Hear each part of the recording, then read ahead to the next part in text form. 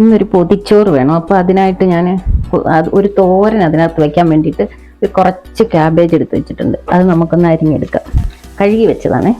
ഞാനൊന്ന് കീറിയിട്ട് ഞാൻ അരിയുന്നത്. മറ്റേ ഇതിന് ചോപ്പറിനകത്തിട്ട് എടുക്കാൻ ഇഷ്ടമില്ല, അത് തീരെ പൊടിയായി പോകത്തില്ലേ. അപ്പം അത് വേണ്ടെന്ന് പറഞ്ഞിട്ട്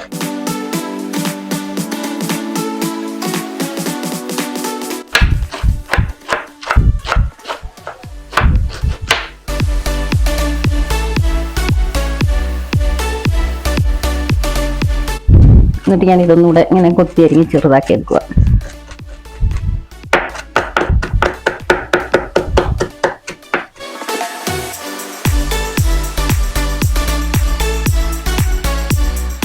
ചെറിയ തോരനാണ് വെക്കുന്നത് കേട്ടോ. ഞാൻ ഇതിനകത്തോട്ട് കുറച്ച് ഒരു ശകലം ക്യാരറ്റും കൂടി ഇടും.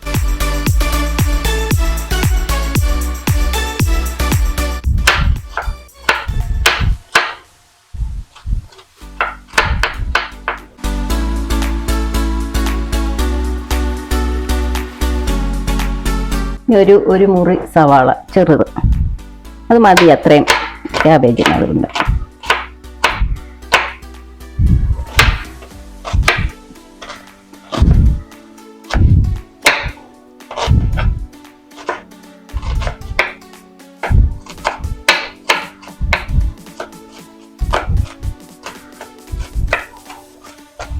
ഇനി ഒരു പച്ചമുളക് വേണം. കുറച്ച് ഗ്രീൻ പീസും കൂടി ഇട്ടിട്ടുണ്ട്. ഒരു പച്ചമുളക് അരിഞ്ഞിടാം.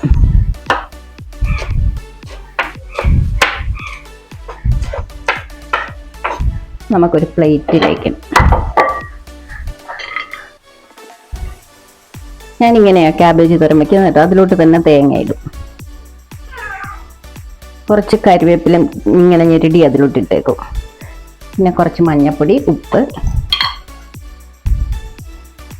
ആവശ്യത്തിന് ഉപ്പ് ഇടും. പിന്നെ ഞാൻ ജീരകപ്പൊടി ഇടത്തില്ല. ജീരകം ഇങ്ങനെ ഒന്ന് തിരുമ്മി ഇടത്തേ ഉള്ളൂ. ഇങ്ങനെ കൈ വെച്ച് തന്നെ ഒന്ന് തിരുമ്മിയിട്ട് ഇടത്തേ ഉള്ളൂ. ജീരകപ്പൊടി ഇടുന്നത് എനിക്ക് ഇഷ്ടമില്ല ഇതിന്. അപ്പോൾ ഇതിങ്ങനെ ഇടത്തുള്ളൂ.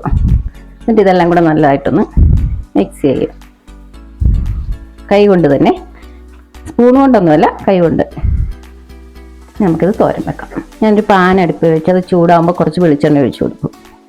വെളിച്ചെണ്ണ ചൂടാകുമ്പോൾ കുറച്ച് കടുക് ഇട്ട് കൊടുക്കും.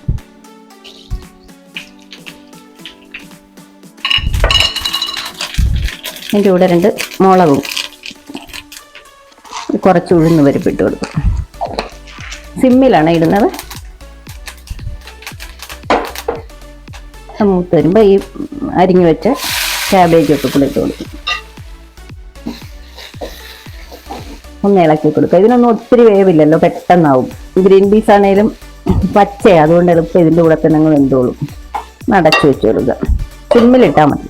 നമ്മുടെ ക്യാബേജ് തോരൻ റെഡി ആയിട്ടുണ്ട്. ഇനി പൊതിച്ചോറാകുമ്പോൾ നമുക്കൊരു ചമ്മന്തി മസ്റ്റാണല്ലോ. അപ്പം നമുക്കതിനൊരു ചമ്മന്തി ഉണ്ടാക്കാം. ഒരു മല്ലിയില ചമ്മന്തി ഉണ്ടാക്കാൻ പോകണേ. നിങ്ങളിങ്ങനെ ഉണ്ടാക്കാറുണ്ടോ? ഒരു ശകലം വെളിച്ചെണ്ണ ഒഴിച്ച് കൊടുത്തു. അതിലേക്ക് ഞാനൊരു പച്ചമുളക് ഇട്ട് കൊടുത്തു. എരിവുള്ള പച്ചമുളകാണ്. ഒരു എരിവുള്ള പച്ചമുളക്, ഒരു എരിവില്ലാത്ത പച്ചമുളകും കൂടെ ഇട്ട് കൊടുത്ത്. പിന്നെ ഞാൻ അതിലേക്ക് ഇത് കുറച്ച് ഇഞ്ചി അരിഞ്ഞതും ഉള്ളിയും കൂടി ഇട്ട് കൊടുത്തു. ചെറിയ ഉള്ളി 2 കൂടി ഇട്ട് കൊടുത്തിട്ടുണ്ട്. അതൊന്ന് ചെറുതായിട്ടൊന്ന് വെള്ളം വലിഞ്ഞോട്ടെ. ഇതൊന്ന് വെള്ളം വലിഞ്ഞ് വന്നപ്പോഴത്തേക്ക് നമുക്ക് കുറച്ച് തേങ്ങ ഇട്ട് കൊടുക്കുന്നുണ്ട്. അതിൻ്റെ കൂട്ടത്തിൽ തന്നെ കുറച്ച് പുളിയും ആവശ്യത്തിന്.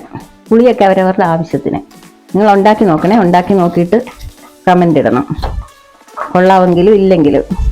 ഇതെൻ്റെ ഒരു സ്പെഷ്യൽ ചമ്മന്തിയാണ് കേട്ടോ. ഈ കൂട്ടത്തിൽ ഞാൻ കുറച്ച് മല്ലിയില ഇട്ട് കൊടുക്കും. കുറച്ച് കൂടുതൽ ഇടുന്നുണ്ടേ. കുറച്ച് മല്ലിയിലയും കൂടി ഇട്ട് കൊടുക്കും. ഇതെല്ലാം ഒന്ന് വെള്ളം വലിഞ്ഞ് വരണം. കുറച്ച് കറിവേപ്പിലയും കൂടെ. നമ്മളിതിന് മുളക് പൊടി ചേർക്കത്തില്ല കേട്ടോ.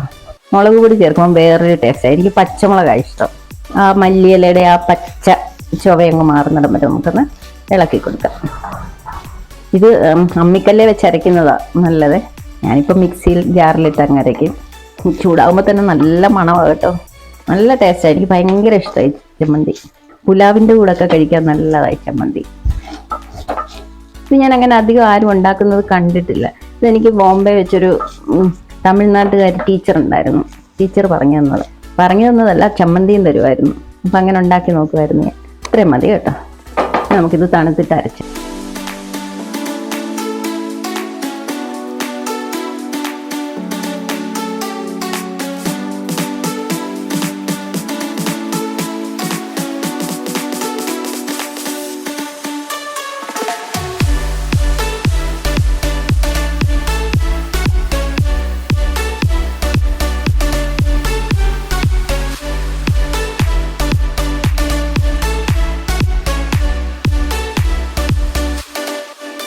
ഇതാണ് നമ്മുടെ പൊതിച്ചോറ്. മല്ലിയില ചമ്മന്തി, കാബേജ് തോരൻ, അച്ചാറ്, മുട്ട പൊരിച്ചത്, മീൻ വറുത്തത്. ഇത്രയേ ഉള്ളൂ നമ്മുടെ പൊതിച്ചോറ്.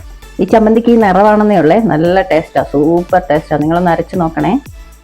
നമ്മുടെ പൊതിച്ചോറ് റെഡി ആയിട്ടുണ്ട്. നിങ്ങൾക്ക് എൻ്റെ പൊതിച്ചോറ് ഇഷ്ടപ്പെട്ടിട്ടുണ്ടെങ്കിൽ എന്നെ ലൈക്ക് ചെയ്യണം, കമൻറ്റ് ചെയ്യണം, സബ്സ്ക്രൈബ് ചെയ്യണം, എന്നെ സപ്പോർട്ട് ചെയ്യണേ. അപ്പോൾ അടുത്തൊരു വീഡിയോ അടുത്ത ദിവസം കാണാം.